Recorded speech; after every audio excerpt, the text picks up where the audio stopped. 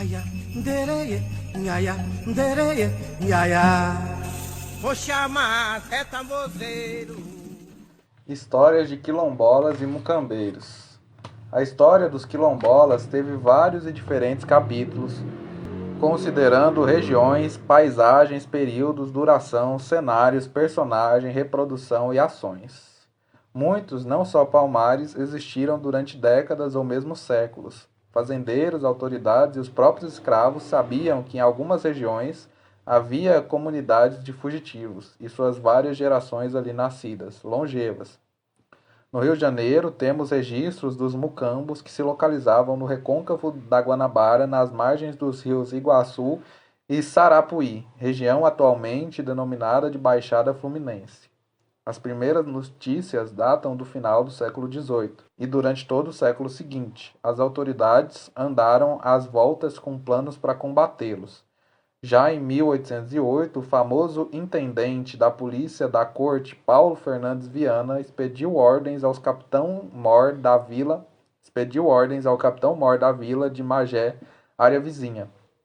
Em fins de 1823, foi despachada uma portaria autorizando a execução de um ataque geral em todos os quilombos, que constava existir nas freguesias de Guia, Inhomerim, Magé e Suruí. 2 anos depois, o chefe de polícia da corte informava que o quilombo era antigo neste lugar, sempre atacado, porém ainda não extinto. As dificuldades maiores estavam por conta da localização, mangue do rio Iguaçu, e também devido às conexões que o quilombo tinha com taberneiros que compravam lenha e permutavam outros artigos de que precisavam. Tinham base agrícola com grandes plantações de abóbora e mangalô, e insignificantes plantações de cana, sendo o local piscoso e abundante em caça. Havia indícios também de que assaltavam os moradores da vizinhança com o fim de arrebatar-lhes bois e outros animais domésticos próprios para alimentação. Em 1859, alertava-se quanto ao interesse dos taberneiros na manutenção dos negros com que negociam em grande escala em lenha que é muito bem paga na corte, dando em troca de canoas de lenha gêneros alimentares de pequeno valor. De fato, a originalidade das histórias dos quilombolas de Iguaçu foi sua conexão mercantil através da lenha, principal combustível da época, que abastecia a corte do Rio de Janeiro.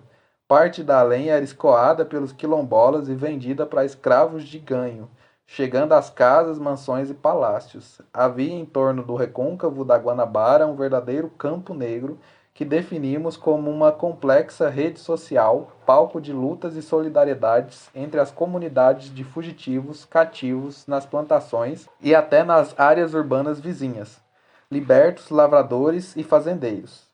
Em uma diligência de 1876, as tropas encontraram em um acampamento uma canoa, uma espingarda de caça embalada, machados, foices, enxadas, rede de pescar, algumas ferramentas de carpinteiro e 64 talhas de boa lenha. Em Iguaçu, é possível acompanhar por quase um século, na documentação da polícia e nas denúncias de jornais, a reprodução destes quilombolas que constituíram uma comunidade camponesa na região, negociando não só excedentes de suas economias, mas também extraindo, armazenando e controlando parte do comércio de lenha. Até o final da década de 1880 se noticiava a movimentação desses quilombolas. Depois da abolição, eles, ao que parece, desapareceram da documentação. Uma parte desses quilombolas pode ter se interiorizado e migrado para áreas de Minas Gerais, e outros se dissolveram nas inúmeras comunidades ribeirinhas envolvidas no comércio fluvial dos rios que desaguavam na Baía de Guanabara, abastecendo a cidade do Rio de Janeiro de gêneros alimentícios. No Maranhão, ao longo do século XVIII, XIX e XX, se formaram grandes mucambos organizados por mucambeiros, como eram chamados ali os quilombolas, numa extensa rede socioeconômica, articulando fazendeiros, grupos indígenas, roceiros, garimpeiros e outros setores rurais. Juntamente com o Nordeste açucareiro da Bahia e de Pernambuco, foi uma das mais importantes regiões agroexportadoras, com plantações de arroz e algodão. A partir da segunda metade do século XVIII, o tráfico atlântico se intensificou e nas primeiras décadas do século XIX entraram pelos portos maranhenses mais de 40 mil africanos escravizados. Diversas paragens ficaram famosas por terem se transformado, desde o século XVIII, em verdadeiros empórios de escravos fugidos. Entre o Turiaçu e o Gurupi, as notícias sobre quilombos datavam de 1702. Situada entre os limites do Pará e o Maranhão, tal área permaneceu muito tempo marcada por litígios da administração colonial, primeiramente pelo Estado do Maranhão e Grão-Pará, depois pela dívida das capitanias do Grão-Pará e do Maranhão, alcançando no Império as fronteiras das então províncias de Maranhão e Grão-Pará. Era cortada por dois grandes rios que foram usados como marcadores de fronteira. Até 1852, o rio Turiaçu pertencia ao Pará e depois passou a pertencer ao Maranhão. Posteriormente, as marcações seriam às margens do rio Gurupi, uma pertencendo ao Pará e outra ao Maranhão. A extensa região foi marcada pelas experiências de lutas, alianças, resistências, ocupação e conflitos. Disputa das autoridades coloniais e imperiais pela jurisdição da extensa área só favoreceram o desenvolvimento dos mucambeiros. Eram muitas as dificuldades de mobilizar tropas, ora de uma, ora de outra capitania ou província. As fugas continuavam acontecendo e os mucambos se multiplicavam. Em 1731, falava-se que as fazendas estavam ficando desertas com tantas escapadas. E em 1774, os governadores do Maranhão e Grão-Pará já mencionavam a necessidade de uma ação conjunta, pois os fugitivos procuravam se esconder nas áreas opostas da direção da repressão enviada. Ou seja, quando atacados pelo Maranhão, atravessavam para o Grão-Pará e vice-versa. Uma providência conjunta, destacaram na ocasião, seria de interesse dos senhores de ambas as regiões devido ao grande prejuízo de suas lavouras. Mas a coisa só se complicava e em 1793 era mencionada tanto a necessidade de se abrir estradas para carga ligando o Grão-Pará ao Maranhão, como de patrulhamento através de canoas nos rios para perseguir os amocambados, pretos e índios. As áreas de Viseu, Ourém, Bragança no Grão-Pará e Turiaçu, Guimarães, Maracassumé, Gurupi, Montes Áureos, Santa Helena e Viana no Maranhão estavam ocupados por diversos mucambos. Em meados da década de 1830, as províncias do Maranhão e Grão-Pará viveram períodos de extrema ebulição política. Eclodiram a cabanagem e a balaiada em confrontos armados envolvendo vários setores rurais de fazendeiros e lavradores, fazendo aumentar ainda mais as fugas escravas. Na região do rio Acará, no Grão-Pará, o Preto Félix foi acusado de liderar tropas de fugitivos escravos para pilhar as propriedades. No Maranhão, no vale do Itapicurumirim, o preto forro Cosme Bento das Chagas, natural do Ceará, comandou mais de 3.000 negros, a maior parte deles fugida. Juntando uma grande massa negra sublevada, foi acusado de invadir e saquear fazendas, tendo sido perseguido, preso e condenado à forca em 1842. A repressão aos revoltosos da cabanagem da balaiada não fez cessar aquela aos mucambos. Aliás, muitas vezes se falou que quilombolas, mucambeiros estavam aliados aos cabanos e balaios em várias partes. Em 1839, há registros de uma grande expedição contra os quilombos do Turiaçu enviadas pelas autoridades do Grão-Pará. Centenas de soldados partiram das localidades de Parauá e Igarapé-Açu e durante mais de 30 dias vasculharam toda a região. Na ocasião, foram gastos muitos recursos para tal mobilização e vários mucambos com dezenas de ranchos e muitas roças foram encontrados e destruídos, mas apenas 15 quilombolas foram capturados. Em 1843, foi a vez das autoridades do Maranhão enviarem tropas novamente sem muito êxito. Com a mudança da jurisdição, agora eram as margens do rio Gurupi que funcionavam como demarcação de fronteira. As regiões onde se concentravam as quilombolas passaram a ser do Maranhão, em 1852.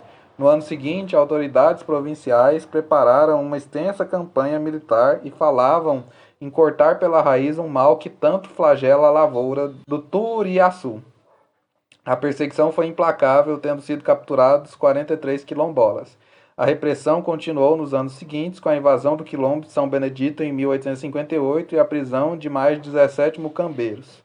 No ano seguinte, foi a vez da invasão dos quilombos de Camundá e Cipiridião, localizados em Maracassumé, uma das margens do rio Gurupi. As ondas de repressão passaram a ser anuais, sempre com invasão de mais e novos quilombos, destruição de roças e plantações e captura de seus habitantes. Em meados de 1860, foi ordenado um ataque ao quilombo localizado entre a colônia militar de São Pedro de Alcântara do Gurupi e Montes Áureos. No ano seguinte, mais duas diligências seguiram para Viana e Macaraçumé. Em 1863, 64 e 65, a rotina de ataques aos quilombos de Gurupi permaneceu inalterada, com mais prisões e destruições de mucambos.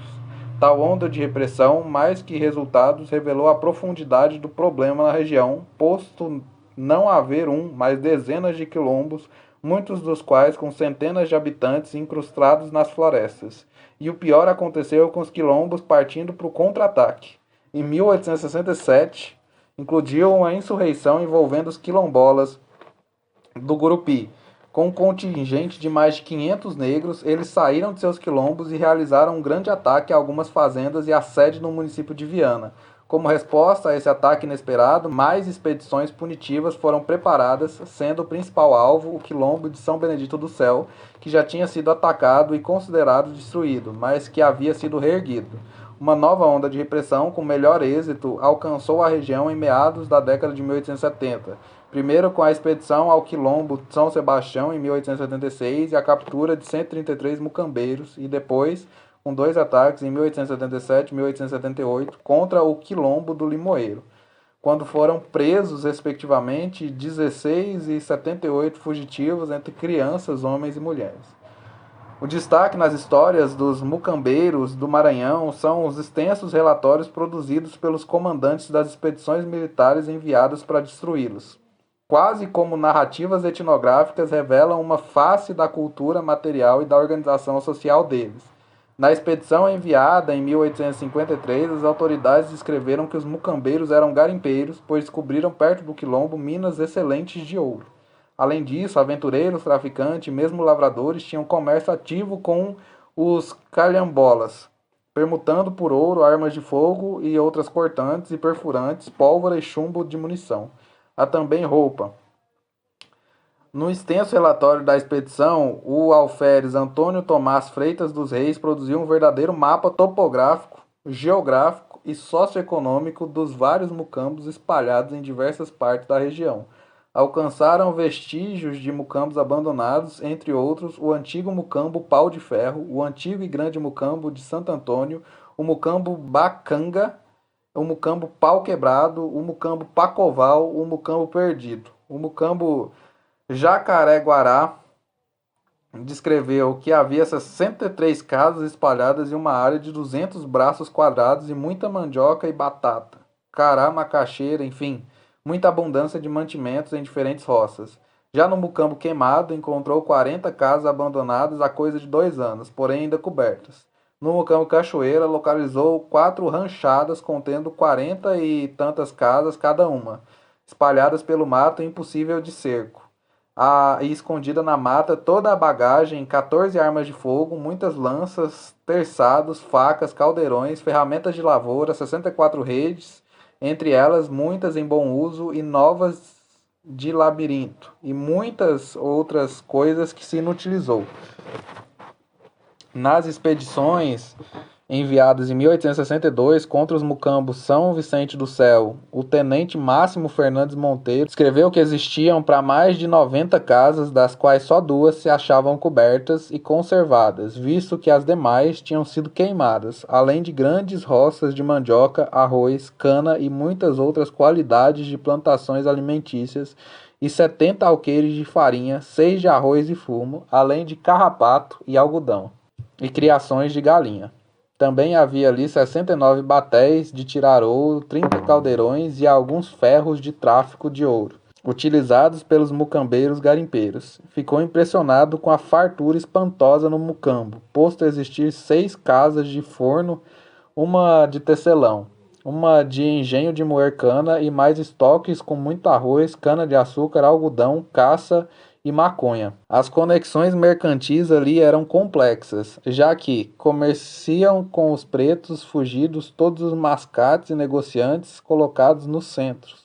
visto que, tendo eles de comprar e vender gêneros aos escravos de muitas fazendas que estão em contato com os negros fugidos, estes com aqueles se associam em suas digressões noturnas como oportuna ocasião para tais empresas sem risco de serem conhecidos. Assim, não lhes é possível evitar qualquer gênero de comércio com eles. Em 1867, nos ataques ao Mucambo São Benedito do Céu, foi descrita a estrutura econômica camponesa, onde os quilombolas viviam todos da lavoura e caça. Havia nele quantidade de mandioca e massa, e eram para ser desmanchadas em farinha, existindo ali 5 casas de forno. Isso sem falar de muito arroz cortado e por cortar, cana em quantidade, excelentes fumais e macaxeiras, batatas, canas e carazes. Segundo o depoimento dos mucambeiros capturados, dos produtos da lavoura nada vendiam, servindo apenas para o consumo dos moradores do quilombo. O complexo econômico era completado com 3 engenhocas de cana, 3 alambiques de barro, uma tenda de ferreiro, 2 tiares de tecer pano, ralos de ralar mandioca, sendo mais ainda encontrado arroz empaneirado escondido nas matas que foi utilizado na alimentação da tropa. Nas últimas décadas do século XIX, a estratégia das autoridades do Maranhão foi ocupar a região, estabelecendo a colônia de imigrantes cearenses, retirantes da Grande Seca de 1877. Mais uma vez, o fracasso ocorreu, pois os mucambeiros permaneceram ocupando a região, atuando como garimpeiros. Entre 1919 e 23, o engenheiro Henrique George Hurley visitou a região de Gurupi numa missão do então Estado do Pará para pacificar as populações indígenas que eram acusadas de fazer incursões nas áreas do Alto Irituiá, Alto Gamá e Gurupi. Ele visitou as aldeias São José, São Pedro, Tauari e Jupubá, realizando um estudo a respeito da língua, uso e vida das tribos da região, especialmente dos índios tambés e dos sanguinolentos Caporês. Segundo seu relato, a expedição avançou mais de 100 quilômetros da floresta, cachoeiras, rios, mosquitos e chuvas torrenciais, chegando à aldeia Uruaimim, onde moravam, além de índios tembés, pretos maranhenses e colonos cearenses. Subindo ainda mais, o rio Gurupi alcançou a localidade de Itamauari, que era o mucambo remanescente com cerca de 80 casas e uma capela em honra a São Benedito, onde moravam mais de 300 pessoas, na maioria pretos que migraram do Maranhão para se empregarem na agricultura e na extração de ouro. Ali também havia algumas mulheres tembés vivendo maritalmente com pretos. Também visitou as localidades de Camiranga, Ariuá, Curucaiá e Glória, povoados pequenos de populações negras descendentes dos antigos mucambeiros do século XVIII e XIX. Quando Hurley visitou esses povoados camponeses no Gurupi, no lado do Pará, as histórias de luta negra ali estavam longe de acabar. Também do lado do Maranhão, vários povoados negros com a mesma memória comunitária de luta se formaram. Aquela região de Gurupi continuou pertencendo aos grupos indígenas, cada vez mais dizimados, camponeses negros, remanescentes dos quilombolas e outros novos personagens como grileiros e poceiros. Nos anos de 49, 50 e 51, Darcy Ribeiro e uma equipe de antropólogos, linguistas e cineastas visitaram os sertões do Gurupi, os povoados negros e as aldeias dos urubus pretos, que pejorativamente eram chamados de indígenas caporés, muitos dos quais miscigenados com mucambeiros. Atualmente, na região, há ainda inúmeras comunidades remanescentes de quilombo, com destaque para as comunidades de Itamauari e Camiranga, que já foram reconhecidas pela Fundação Palmares e tiveram suas terras demarcadas pelo INCRA como remanescentes de quilombos.